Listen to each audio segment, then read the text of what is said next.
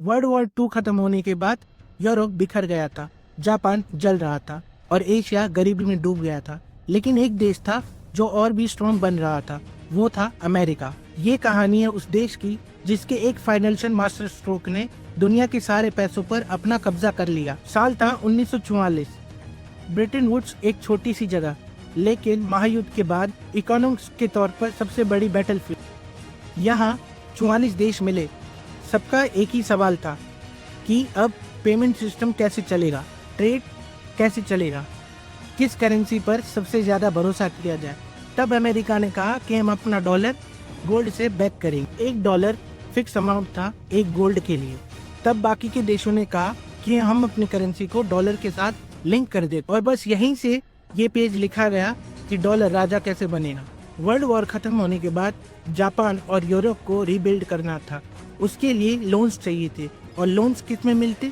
Dollars में। America factories बनाता गया, वेपन्स बेचता गया, और बाकी के देश डॉलर्स जमा करते गए। दुनिया रीबिल्ड हो रही थी, लेकिन अमेरिका नोट प्रिंट करके रीबिल्ड कर रहा। फिर अमेरिका में 1970 आते आते वियतनाम वॉर ने अमेरिका की कमर तोड़ दी।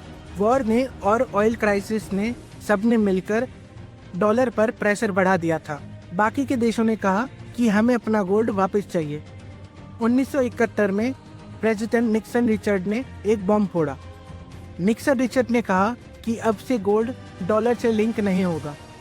सीधे तौर पर था कि अब से गोल्ड पर सिर्फ अमेरिका का विश्वास है, गोल्ड नहीं।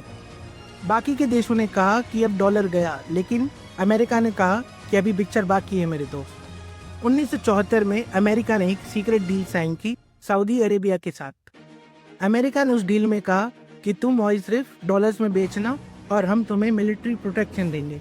सऊदी मान गया, और बाकी के ऑयल प्रोड्यूसिंग देशों ने भी यही सिस्टम फॉलो किया।